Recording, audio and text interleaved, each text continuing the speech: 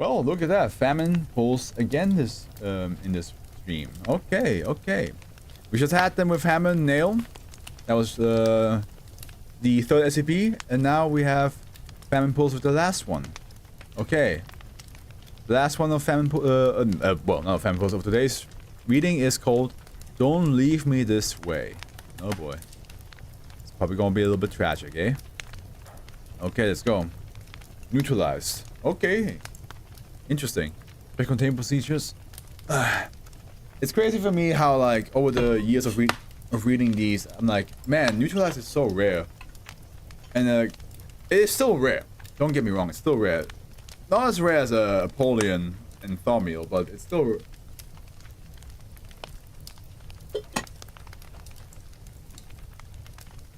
It's just crazy to think, like, how I said that, and there are a couple of neutralized SCPs now under my reading list.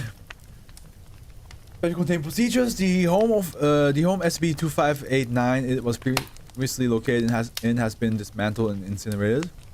The area the home was located on has been barred from entry and has been disguised as an enclosed electrical generator. Witnesses of SCP-2589 have been administered Class A amnestics. Those who have not been located are currently being tracked by Foundation assets. After they are located, they are to be administered an amnestic regimen and released. SCP-2589 was an entity that was confined to a mobile home in Warsaw, Indiana. The entity had limited mobility, lacking limbs. Its body was bell-shaped, consisting of a large mouth in the torso and an elongated upward-facing head, in which there was a Warsaw Police Department brand trucker cab. The entity body was white with red blotches having the appearance of bruises. SCP-2589's body did not appear to have an internal structure. The skin is simply forming a floating membrane in the shape of itself. Gross. Also, what is this picture? That would... Well, you can't... I mean, to be fair, some people just have to live like this, huh?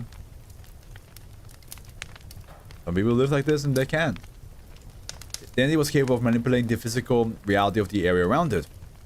SCP-2589 utilized its ability to create mouth traps in areas which lead to its stomach. Is this gluttony? Is this gluttony from Fullmetal Alchemist Brotherhood?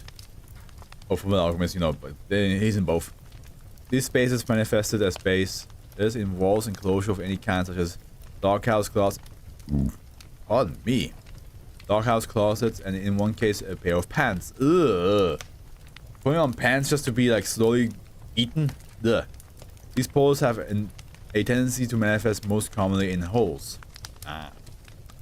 Subjects affected by SCP-2589 claim to be most commonly fell into the trap when walking through the master bedroom of the home. The entity would eat humans or animals if it was fed. SCP-2589 did not seem to be sapient and did not... Sorry. I'm a little bit tired, but... I'll be fine. Did not actively attempt to consume subjects with its person. SCP-2589 only physically consumed an individual if it was assisted. The effect of this consumption were varied. Affected subjects would reappear later, albeit with mild or moderate changes to their appearance. Their behavior was not unusual, and they retained memories of being fed to SCP-2589. Subjects frequently respond to this event with frustration or misdirection. A woman subjected to SCP-2589 prior to its containment was digested roughly 100 times.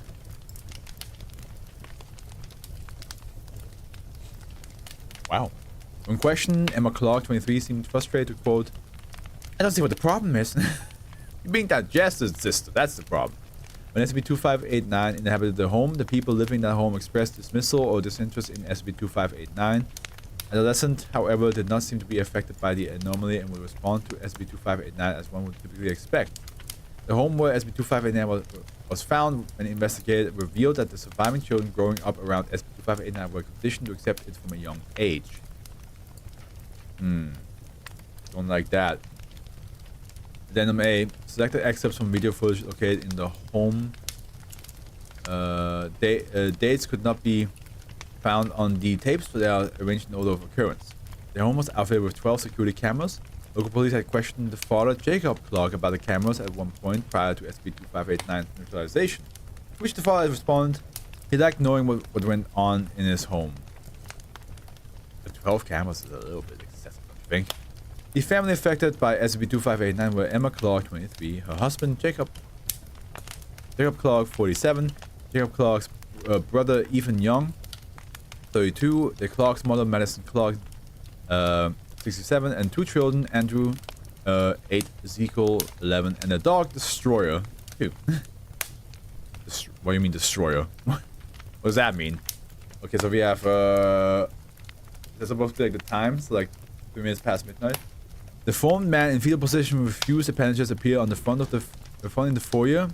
Andrew is distressed, begins shouting at the man. Andrew is holding a miniature boombox. Okay, no, it must be like, okay, so 3 minutes, I assume. Macho Man is playing on the radio. Possible, so Andrew was possibly communicating with the deformed figure. No, you're scary. Why? What's wrong with your face? Stop it. Andrew picks up a broom, moves closer to the man. Unk? SCP-2589 can be seen in the corner of the frame. Andrew notices SCP-2589. Andrew observes SCP-2589 silently for 1 minute. Sorry, Unk. Andrew drags the deformed man out of the room, away from SCP-2589.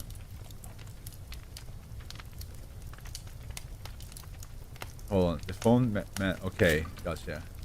Yeah. 11 hours, 5 minutes? Andrew notices, wait. But this has 3. So no, this must be time then.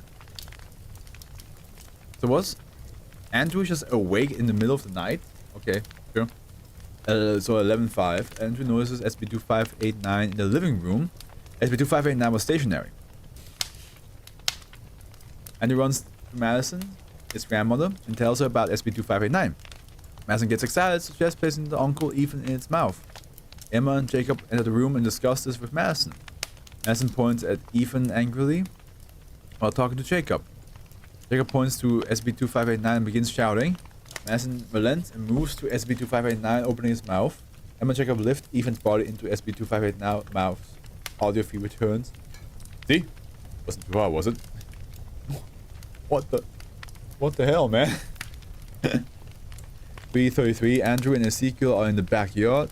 Know about it? You're never in the room. Ezekiel was the other one. I saw it. I don't like it. I can get Dad's gun. I know where he has it. It's gonna eat me. Go get the gun tonight. I'll do it by myself. It's scared of me because I'm really smart. Really? Yeah. Andrew leaves the frame and speaks with his father for a moment. Andrew and his father go inside. Ezekiel remains outside. The green hummingbird appears in the yard. Ezekiel addresses the bird. You're the angel? The bird does not appear to acknowledge Ezekiel's presence and by all accounts is a mundane animal. How do I kill it? Ezekiel nods, running into the doghouse. Ezekiel does not leave the doghouse. No activity for 2 hours. What?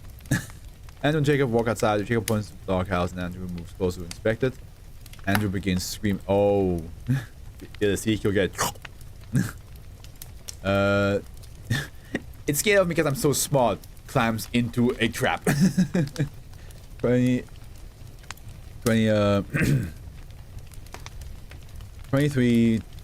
2 o'clock. Ethan appears in the hallway, no longer deformed, but appearance changed slightly. He is dressed in a vest, his face covered in glitter. Ethan runs into Madison in the hallway. Where were you? You've been gone for 2 weeks. No one's saying shit.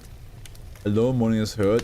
SCP-2589's head can be seen in the frame, bent around the corner behind Madison. Ethan and Madison turn around, but otherwise do not acknowledge SCP-2589. I went out with the girls. I'm here now. What's the problem? Ethan shakes his head. Madison leaves the frame toward SCP-2589. SCP-2589's head retracts. Giggling can be heard for 2 minutes afterwards. What the fuck is this thing, man? What do you want? What do you want? What do you... 10:55. Entire family, save for Ezekiel, is in the living room. SCP-2589 is also present, standing behind the couch. Andrew seems distressed about SCP-2589, but attempts to maintain composure, occasionally glancing at Jacob. Oh, look, Andrew is having another fit. Jacob, Ethan, and Madison laughing. Emma appears reserved but smiles. Emma gets up and starts caressing SB2589's lips.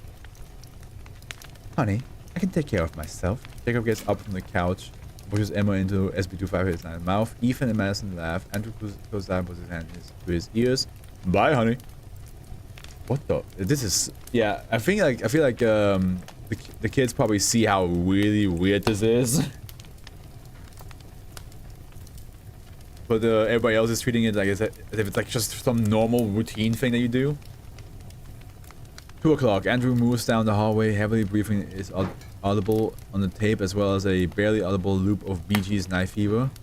The wall next to Andrew begins heaving as if it were organic. A small section of the wall collapses, revealing a deformed Ezekiel. Oh god, seeing your brother like deformed.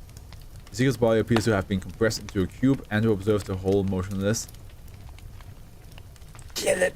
Andrew continues staring at the hole. Addendum B. Local police have been called to the location 10 times previously on the grounds of domestic disturbances.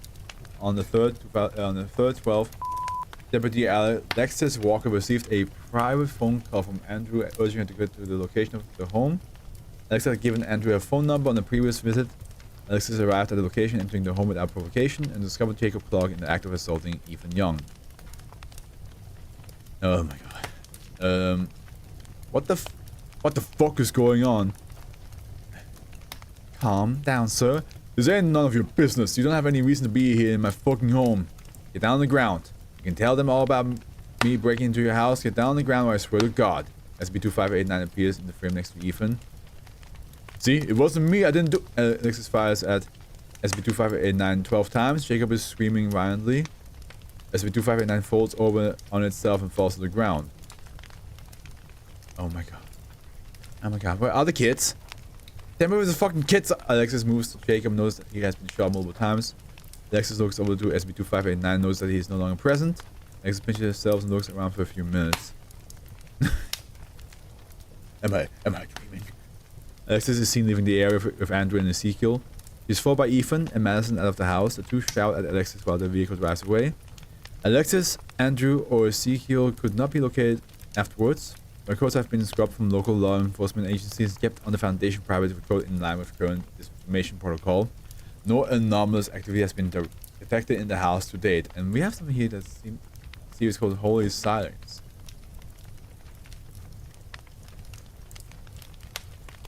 Which this is like the second to last one. Wormwood, Daniel. Okay, interesting. Yeah. So it looks like from the adults, they seem to just like, you know, treat it as if that's like a part of the family member, and that's just like a whole like routine thing you do, just shove people in the mouth. In the meantime, the children are like actually seeing this and like are like massively terrified. Also, it says that Alexis left with Ezekiel, so that means Ezekiel got like shaped back to normal. This is gonna be weird to make a thumbnail, but I need to like do some deeper research. He wants a plushie. Pedal, pal, plushie. Hey, stop moving. There we go.